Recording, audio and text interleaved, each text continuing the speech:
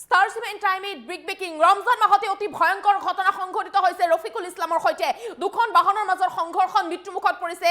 ৰফিকুল ইছলামৰ মৃত্যু হোৱাৰ পিছত এতিয়া ঘাই পথত উত্তপ্ত পৰিস্থিতি সৃষ্টি হৈছে স্থানীয় ৰাইজ ওলাই আহিছে তীব্ৰ প্ৰতিবাদ সাব্যস্ত কৰিছে ঘণ্টা ধৰি আবদ্ধ হৈ পৰিছে এতিয়া বহু যান-বাহন এই দাবী উত্থাপন কৰিছে পৰিয়ালৰ লোকে আৰু স্থানীয় ৰাইজে যে ৰফিকুলৰ পৰিয়ালক 20 লাখ টকাৰ এককালীন সাহায্য প্ৰদান কৰক এই দাবীৰে তীব্ৰ প্ৰতিবাদ সাব্যস্ত কৰা হৈছে যাৰ ফলত এতিয়া তীব্ৰ যানজট ৰাজপথত এই মুহূৰ্তলৈ অহাৰ চেষ্টা কৰিছো ষ্টাৰ চিমেণ্ট টাইমেট ব্ৰিক বেকিং ৰমজান মাহতে ৰফিকুল ইছলামৰ সৈতে অতি শোকাবহ ঘটনা থিতাতে মৃত্যুমুখত পৰিছে ৰফিকুল ইছলাম অভয়পুৰীত ভয়ংকৰ পথ দুৰ্ঘটনা কেন্দ্ৰ কৰি উত্তপ্ত হৈ পৰিছে এতিয়া ৰাজপথ ৰাজ্যিক ঘাইপথ উত্তপ্ত হৈ পৰিছে অভয়পুৰী 2 নং ৰাজ্যিক ঘাইপথত দুখন বাইক আৰু এখন চাৰিচকীয়া বাহনৰ মাজত ভয়ংকৰ সংঘৰ্ষ আৰু সেই সংঘৰ্ষতে মৃত্যুমুখত পৰিল ৰফিকুল ইছলাম নামৰ ব্যক্তিগৰাকী ভয়ংকৰ সংঘৰ্ষ আৰু দুৰ্ঘটনাৰ পিছতে ৰাজ্যিক ঘাইপথত এক প্ৰকাৰৰ হাহাকাৰ পৰিস্থিতিৰ সৃষ্টি হৈছে স্থানীয় ৰাইজ ওলাইছে তীব্ৰ প্ৰতিবাদ সাব্যস্ত কৰিছে ৰাইজৰ লগতে পৰিয়ালৰ লোকে অৱৰোধ কৰিছে 2 নং ৰাজ্যিক ঘাইপথ তেওঁলোকে দাবী উত্থাপন কৰিছে যে 20 লাখ টকাৰ আৰ্থিক সাহায্য প্ৰদান কৰক নিহতৰ পৰিয়ালক দুৰ্ঘটনাৰ পিছতে হাহাকাৰ লাগিছে নিহতৰ পৰিয়ালক 20 লাখ টকাৰ এককালীন সাহায্যৰ দাবীৰে তীব্ৰ প্ৰতিবাদ সাব্যস্ত কৰিছে স্থানীয় ৰাইজে ঘটনাস্থলীত উপস্থিত হৈছে আৰক্ষী আৰু কাৰ্যবাহী দণ্ডাধীশ আৰু তীব্ৰ যানজঁটৰ সৃষ্টি হৈছে ঘণ্টা ধৰি আবদ্ধ হৈ পৰিছে বহু যান-বাহন এয়া দেখিবলৈ পাইছে কান্দোলন ভাগি পৰিছে এফালে ৰফিকুল ইছলামৰ পৰিয়ালবৰ্গ কান্দোলন ভাগি পৰিছে যদি সম্ভৱ হয় পিছেৰে টু উইণ্ডৰ সহায় দেখাব যিহেতু তীব্ৰ যানজঁটৰ সৃষ্টি হৈছে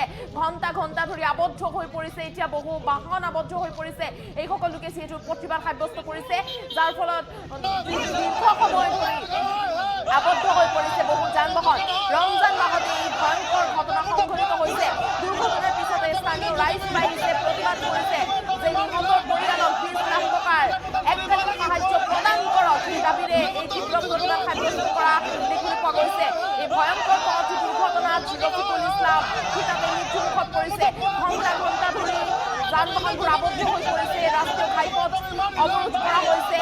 যিহেতু প্ৰতিবাদ কৰা হৈছে যান-বাহনবোৰ চলাচল কৰিব পৰা নাই অভয়পুৰীত এই ভয়ংকৰ পথ দুৰ্ঘটনা সংঘটিত হৈছে দুখন বাইক আৰু এখন চাৰিচকীয়া বাহনৰ মাজত অতি ভয়ংকৰ সংঘৰ্ষ আৰু এই সংঘৰ্ষত থিতাতে প্ৰাণ হেৰুৱাইছে ৰফিকুল ইছলাম নামৰ ব্যক্তিগৰাকীয়ে এয়া দেখিবলৈ পাইছে ৰফিকুলৰ পৰিয়ালবৰ্গ কান্দোলন ভাগি পৰিছে পথ অৱৰোধ কৰিছে এতিয়া স্থানীয় ৰাইজে যে 20 লাখ টকাৰ সাহায্য প্ৰদান কৰিব লাগিব ৰফিকুলৰ পৰিয়ালক আৰ্থিক সাহায্য প্ৰদান কৰক সেই দাবীৰে প্ৰতিবাদ সাব্যস্ত কৰিছে স্থানীয় ৰাইজে ঘণ্টা ধৰি আবদ্ধ হৈ পৰিছে এতিয়া বহু যান-বাহন এই প্ৰতিবাদৰ বাবে ৰাজপথ এক প্ৰকাৰ বন্ধ হৈ পৰিছে বুলি ক'ব লাগিব যিহেতু প্ৰতিবাদ সাব্যস্ত কৰা হৈছে আৰু ঘণ্টা ধৰি অভয়পুৰীৰ এই ৰাজ্যিক ঘাইপথত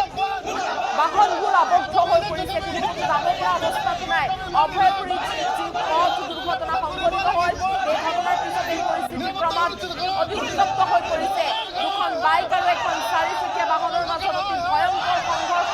এই সংঘৰ্ষত থিতাতে ৰফিকুল ইছলামে প্ৰাণ হেৰুৱাইছে ৰমজান মাহতে এই ভয়ংকৰ পথ দুৰ্ঘটনা সংঘটিত হৈছে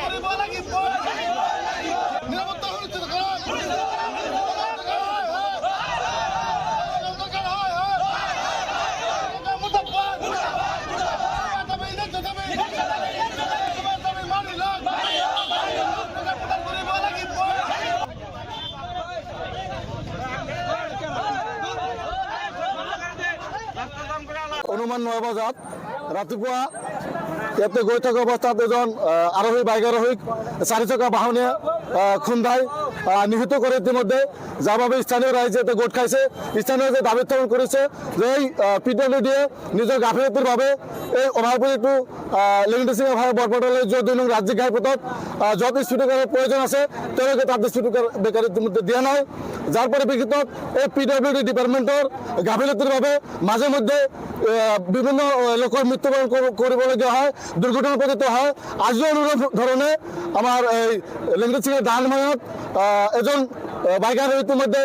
দুৰ্ঘটনা পতিত হৈ মৃত্যুবৰণ কৰিবলগীয়া হয় যাৰ বাবে আমি স্থানীয় ৰাইজে আজি ইয়াতে 2 নং ৰাজ্যিক ঘাইপথ ইতিমধ্যে বন্ধ কৰিছে তেওঁলোকে আমি দাবী উত্থাপন কৰিছোঁ যে এই নিহত ব্যক্তিক 20 লাখ টকাৰ আৰ্থিক ক্ষতিপূৰণ দিব লাগে চৰকাৰখনে অনুমান 9 বজাত ৰাতিপুৱা ইয়াতে গৈ থকা অৱস্থাত এজন আৰোহী বাইক আৰোহীক চাৰি চকা বাহনে খুন্দাই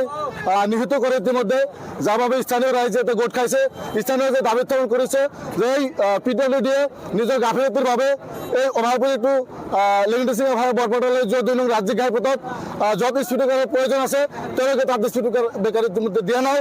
যাৰ পৰিপ্ৰেক্ষিতত এই PWD ডিপাৰ্টমেণ্টৰ গাফিলতিৰ বাবে মাজে মধ্যে